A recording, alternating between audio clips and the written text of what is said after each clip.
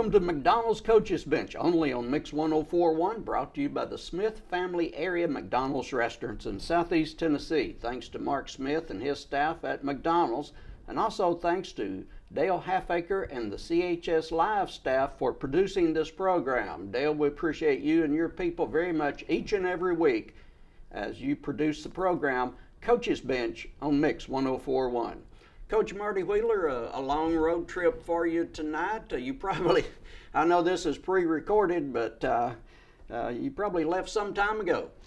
Well, it definitely is it's a lengthy trip for us, but you know, it's a situation where, you know, it's an opportunity for our guys to be able to, you know, some of them for the first time be able to see what taking a long trip's about and how you break it up, you know, from just a meal standpoint when you want to stop and have a meal, and then we're able to fortunate enough to stop and do a walkthrough on our way there, and you know, and try to give our guys the best opportunity to be prepared and break the trip up a little bit too as well, because it is a lengthy trip. So, but it is an experience I think that's good for our kids, especially you know, as you go on through the season. If the situation presents itself where you had to travel, you know, like we did last year against Dobbins Bennett, I think it's something that a lot of our guys will be accustomed to because we did it, but some have not done it, and it'll be, I think, a really great experience for them.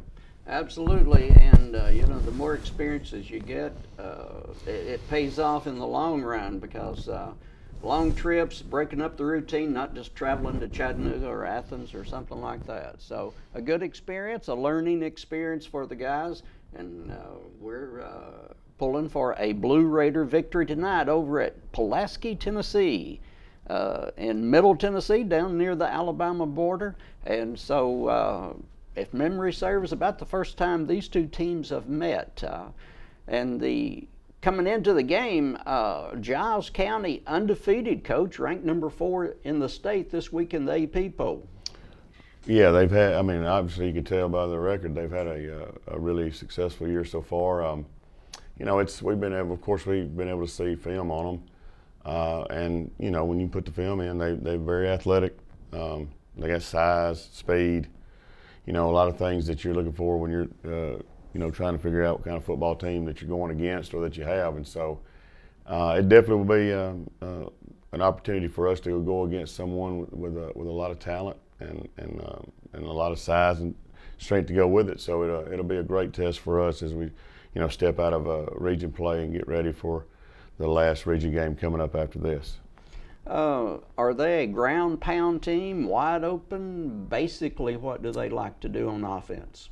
Well, it starts with a quarterback and running back. I mean, both of those guys are very athletic, very talented, and you know, they both can hurt you equally with their legs. But you know, they like to move their playmakers around in different spots and do different types of things, basically to try to get them the football. And you know, I mean, they can throw the ball well enough to beat you if you're not, you know, ready for that as well. But you know, the first thing we're going to have to do is we got to be prepared defensively to stop not only the running back but also the quarterback.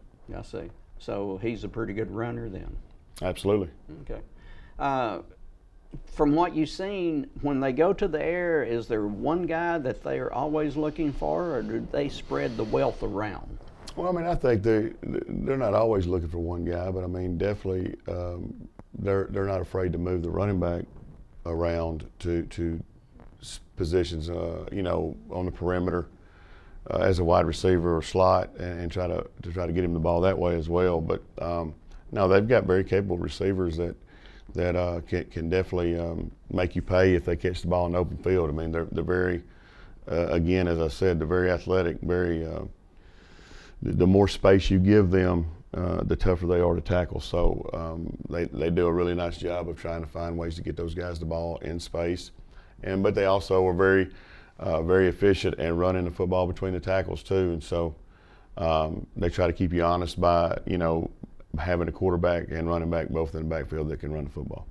One more question about Giles. Let's go to the D side of the ball. Big up front or very athletic secondary? What do you think? Both. They're they've got good size up front. Their linebackers are very aggressive, and they do a really good job of getting around the football. We've got to be able to, again, block and tackle. It's what it comes down to. It's what it'll come down to, that and execution. And if we do that, then I think that we will be, in a situation where we can get, the result that we want. But I mean, we've got to do a really good job of sustaining blocks, taking good angles, not going. People sometimes don't understand. I mean, part of blocking is we've got to get to where they're going to be, not where they are. And so in order for us to sustain blocks, that's something we're going to do. Okay.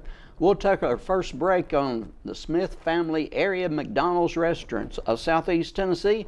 We'll be back with Coach Marty Wheeler in just a moment.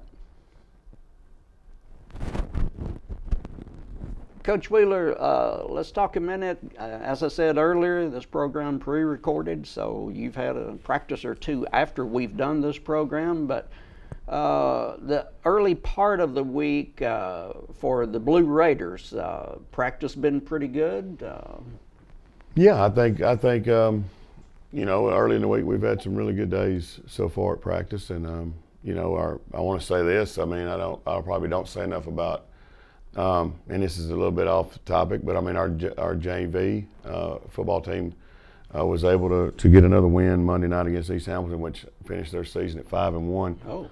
And had some really guys do some really good things throughout this entire JV season, which is, at times people maybe forget how important that is, because that's the future of your program. So really pleased with what we saw out of those guys throughout this season from a JV standpoint. And now, there's some guys that obviously are playing on that team and in those games that also contribute on Friday night for us. And so to see them, have the success they've had so far was really a really nice surprise, and really excited about what they've been able to do and where they're headed. From a varsity standpoint, I feel like we've had pretty solid practices this week. The biggest thing for us is we've got to be, when we've got to be able to take what we do on the practice field to the game field, and when we've done that, we've had a lot of success, and when we haven't had as much. And so, again, guys just understanding what their jobs are, what their capabilities are, and playing within their capabilities, not trying to do more than they need to do, just trying to do what they're expected to do. And if we do that, then like I said, good things happen for us. We haven't talked about the JV this year. They've had some big wins. Tell us some of the guys that really perform well for JVs during the season. Oh, I mean, Lucas and Borski, LJ Adams have done a really good job, at quarterback for us. Isaiah Davis, along with Alex Espinoza, have done a really good job at running back for us. Guys like, Cam Lockerbie and Dylan Harold, who do see playing time for us on Friday nights, along with some of those other guys, have had really good, years so far. Most of them have played well. I've seen guys improve. Trent Collins has improved quite a bit from the beginning of the JV season to now. Kingston Pickens, is improving every time he goes out there, along with our offensive and defensive lines. Those guys are guys that we expect to give us, a lot of them give us a look throughout the week to get ready on Friday nights, and they have improved a lot doing that. Mm-hmm. Therefore, it is carried over into the games when they play, and so it's very simple. I mean, they've improved practice-wise throughout the year, and you can see that when they go out there to play in the games. So really pleased with what I've seen out of our younger guys as they've progressed from the beginning until the end. I think so many times with any football program, regardless of what league, what size school, what college, whatever, to me, a lot of the unsung heroes are the practice guys. They're not going to get the glory. They may not see any play on the field during the next game, but yet they're preparing the A group for that next game, and they're putting out the sweat, the tears, the bruises, everything. They deserve a pat on the back. Sure. I mean, we talk about it all the time. I think teams that are able to sustain success and even make a run at really special years. I think what separates those teams from maybe the teams that don't are the look teams that it's so important. And not just that, just each and every week, the look that you get, the better look you get, I think, the better chances you have of being successful, because if you get the kind of look, the best look we can get. I mean, there's sometimes we play teams we can't get exactly the look they give us, but I mean, the closer we get to it, then what I believe is that means it's the less amount of time it takes you to adjust to the game speed when you get there on Friday night. So, in my experience with that, I think a big credit to a lot of the teams that I've been fortunate to be a part of that have been really successful, and they don't get enough credit is the guys you're talking about, and sometimes. One thing I am proud about is the guys, and we're proud about as a staff, is that our younger guys have, I think, started to understand the importance of the role they play, throughout the week as far as practice goes. Coach, in talking with you, to me, the future of Blue Raider football looks really good. You got the young people coming up. You're going to have some very good guys coming back next year. So, to me, the sun is still shining. Absolutely, it's it's. All I know is that when things don't go the way you want them to go at times. I mean, you go, and I talked to the guys about this. I mean, the first thing I think you should do is go right back to your fundamentals, and the things that you've been taught by your coaches individually each and every day, and then, and remember those things and go back and try to apply those things to what it is you're doing from the bigger picture part of it, and then a lot of times, about every time. If you do that, it usually the breakdown starts in fundamentals and just the little things, not doing them exactly the way we need to do them, and that's, I mean, they're high school kids, and so I keep trying to remind myself of that quite a bit, because it's hard for me to understand why you go away from them at times, but it's hard to understand why teenagers do some of the things they do anyway. So it's at times it can be frustrating, but at times very rewarding. Right. And I've seen our guys do some really good things so far this year, and we still got a lot of things to play for and a lot of football to play. And so, what we're focusing on is we move forward. We want to move forward, and we want to learn from the mistakes we've made. And the biggest thing is, if you learn from mistakes, then then that's what we want. We don't want to continue to make the same mistakes, because if that's happening, then we're not learning anything. Yeah.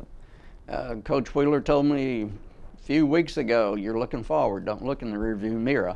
So we're going to look forward to the last break of Coach's Bench with Coach Marty Wheeler, and we'll be back in just a moment.